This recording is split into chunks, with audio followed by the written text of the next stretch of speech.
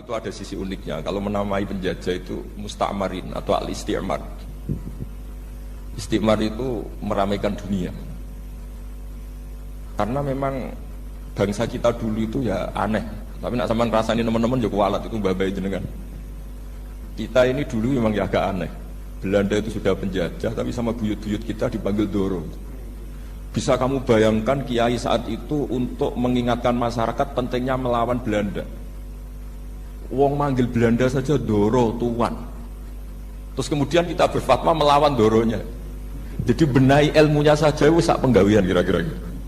Jadi ngelola orang bodoh itu ya kangelan. Enggak dikelola itu bangsa kita, dikelola itu ya rodok goblok banget. Wong ngundang penjajah apa? Doro. Jadi itu PR besar. Tapi kiai itu punya seni untuk memberi penjelasan. Makanya di antara kelebihan ulama itu pasti warasatul anbiya itu di fatona ada unsur kecerdasan. Cerdas itu seni mengelola pikiran manusia, itu namanya cerdas. Makanya saya berkali-kali kalau ngaji harusnya orang itu semuanya itu pengagum ilmu, jangan pengagum fakta, ini pengagum ilmu.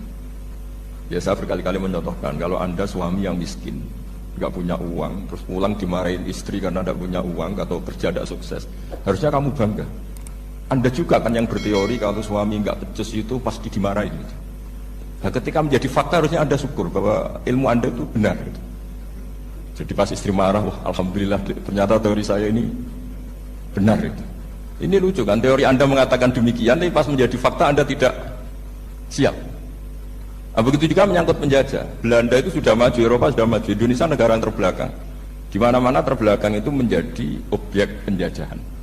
Di mana-mana yang terpelajar itu posisi menjajah. Sehingga ulama adalah mengertikan yang tidak ngerti. Karena teori penjajahan pasti gitu, yang tahu menjajah yang tidak tahu, yang sudah modern menjajah yang belum modern dan seterusnya. Makanya awwalu hadaddin itu al-ilmu. Makanya nomor satu itu ilmu, pengetahuan.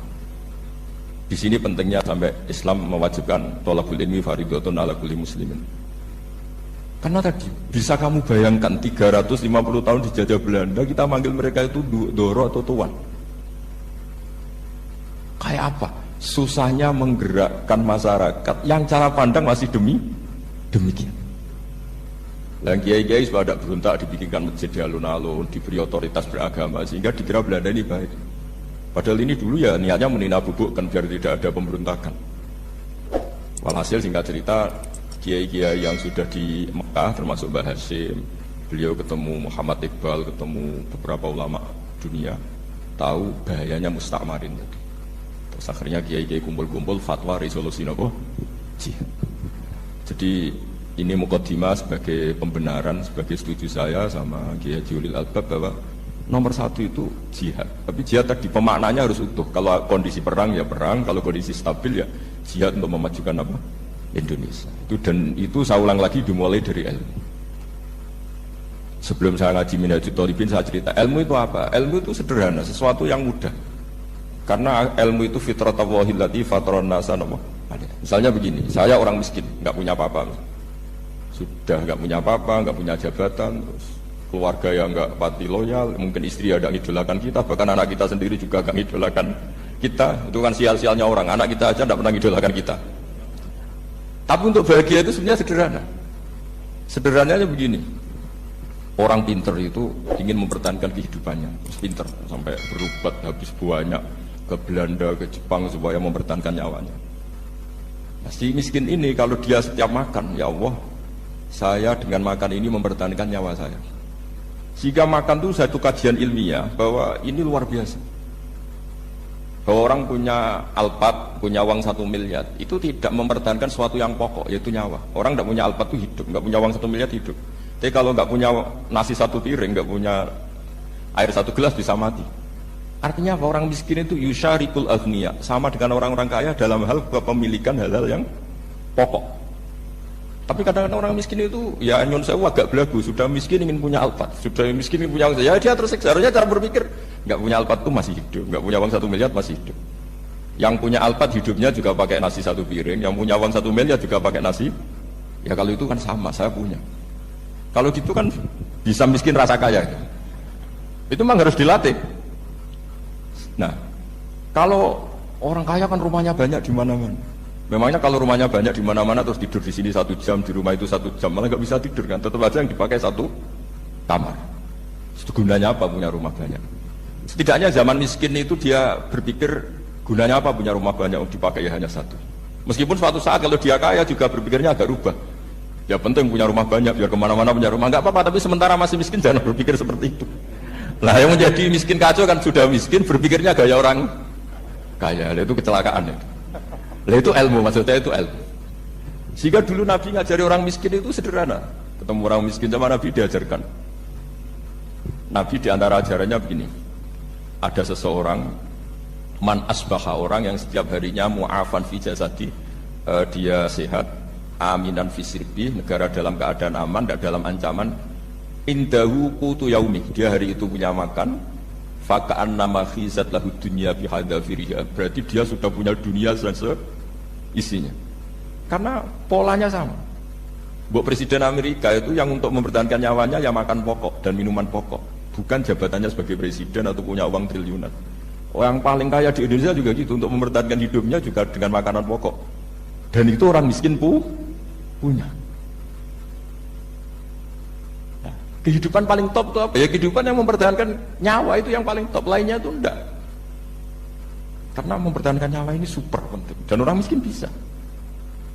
Nah, saya berharap ilmu seperti inilah menjadikan dulu itu kuat ketika melawan Belanda. Kenapa kuat? Karena mereka gampang syukur. Barokahnya gampang syukur itu selesai dengan dirinya sendiri. Kalau bahasa intelektualnya itu, orang kalau sudah selesai dengan dirinya sendiri bisa berpikir memanfaati pada orang lain. Nah, dulu orang-orang miskin ketika era sahabat, termasuk era para ulama yang mendidik para umatnya, itu selesai dengan dirinya sendiri. Nah sekarang banyak orang miskin juga termasuk orang kaya, bahkan belum selesai dengan dirinya. Wah itu angel, ngajak jihad angel, karena dengan dirinya saja belum selesai. Maka masyhur itu kan ketika perang Tabuk, ada orang datang, kira-kira kalau Indonesia pakai beras 4 kilo, ya Rasulullah yang 2 kilo tak kasihkan keluarga kami supaya bisa makan, yang 2 kilo tak kasihkan jenengan untuk biaya perang. Perang Tabuk itu perang tersulit, disebut perang Dzil Usra. Sekarang hitung saja, ini coba dihitung, mungkin yang bagian kasir tahu. Kalau 2 kilo kali 3.000, umat Islam masih itu sekitar hampir 3.000, itu sudah 6.000 kilo.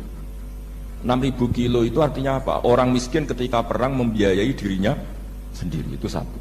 Kedua, dengan mental memberi, orang ini tidak tamak. Barokahnya tidak tamak, tidak nyalahkan yang kaya.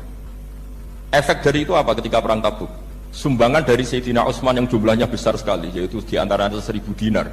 1 dinar kira-kira 4,25 gram, berarti sekitar 4.000 gram. Itu bisa diberikan alat perang.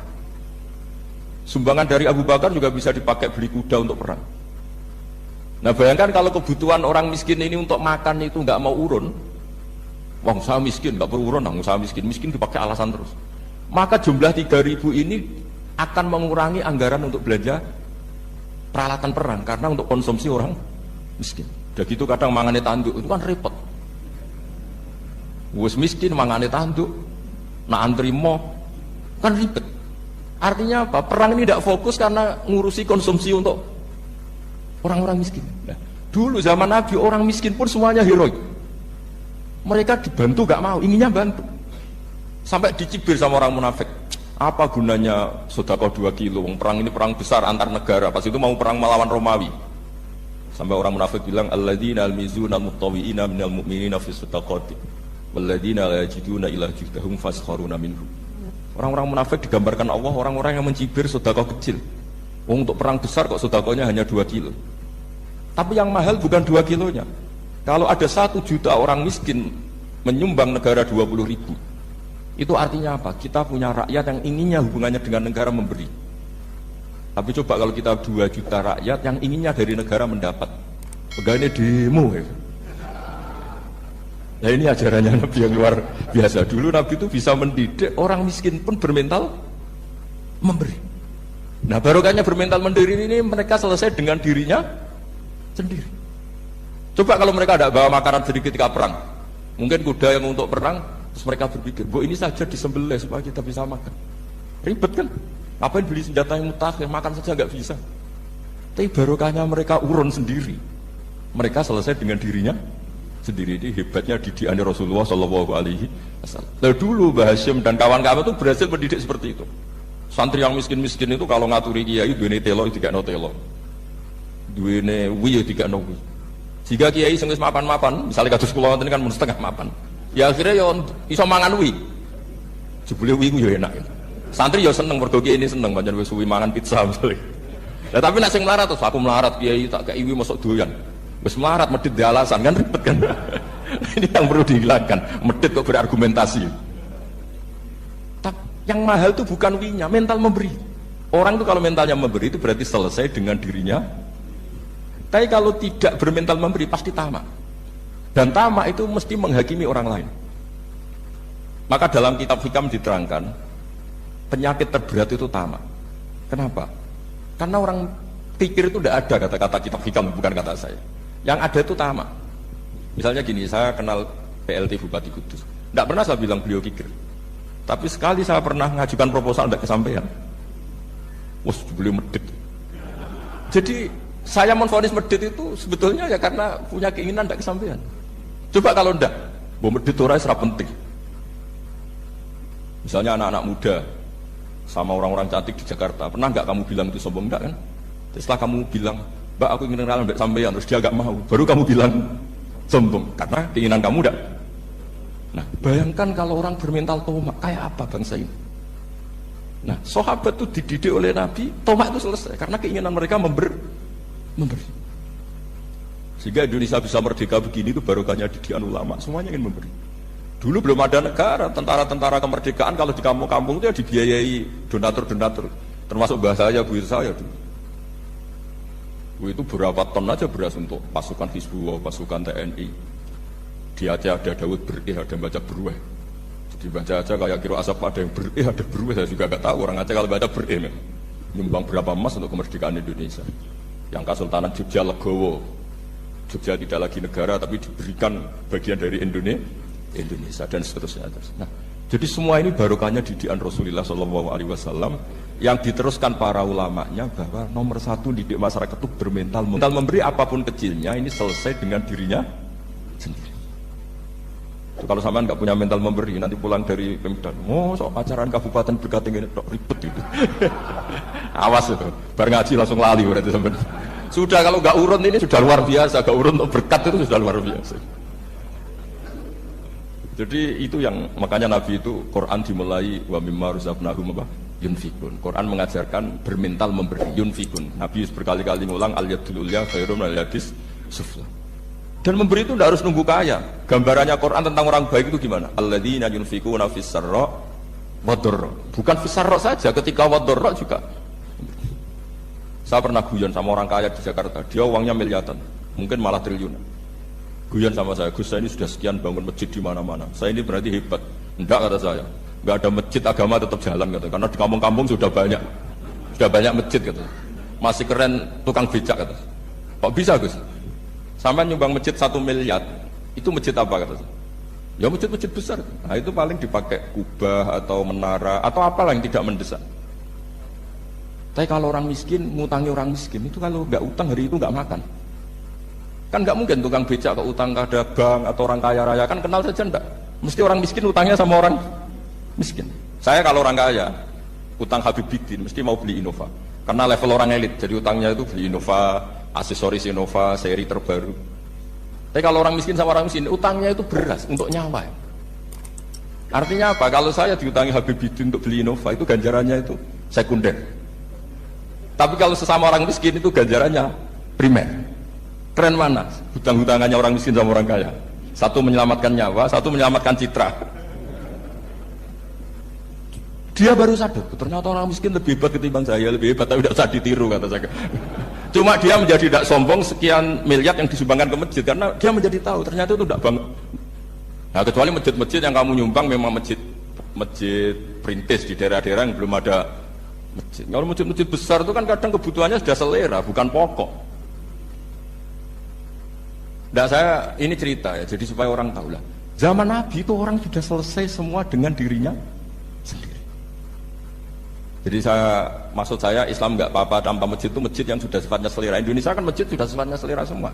Yang dikatakan masjid pokok kan yang dipakai sholat bisa, dipakai alat sesuci bisa. Tapi kalau sudah selera ya pondasinya harus begini, lampunya harus dari kristal, terus kubahnya itu sudah selera. Nah rata-rata sumbangan yang miliatan itu kan sudah ke selera. Sementara orang miskin utang-utangan sama orang miskin untuk menyelamatkan apa coba? Nyawa. Artinya para orang miskin jangan kecil hati, wah saya sudah kok hanya 2 kilo, tapi 2 kilo nyawa. Dan itu pahalanya luar.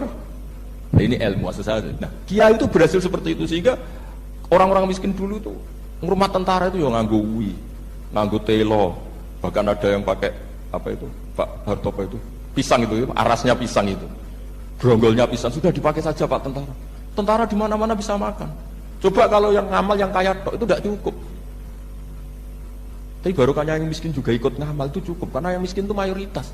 Jadi didukung kaum miskin itu pasti menang lah kan kira-kira gitu. Karena di mana-mana orang miskin itu banyak. Menemukan orang kaya itu nyari data. Kalau menemukan orang miskin seketemunya pasti ketemu. Dan orang miskin ini dididik ulama untuk berkontribusi.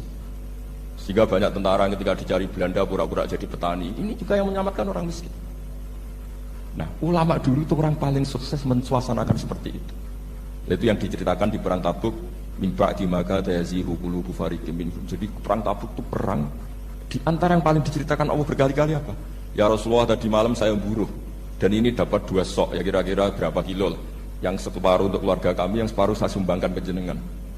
Lu coba perang antar negara hanya menyumbang 2 kilo beras. Bayangkan. Tapi nilainya bukan 2 kilo. Kalau 2 juta rakyat Indonesia nyumbang 2 beras, artinya hubungannya dengan negara hubungan ingin memberi. Dan barokahnya hubungan ingin memberi, ora pati kecangkeman toma, ora pati kakean menuntut. Ini yang mahal itu yang enggak ternilai itu.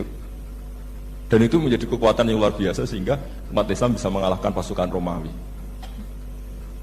Nah, Indonesia dulu kira-kira seperti itu, pra-kemerdekaan.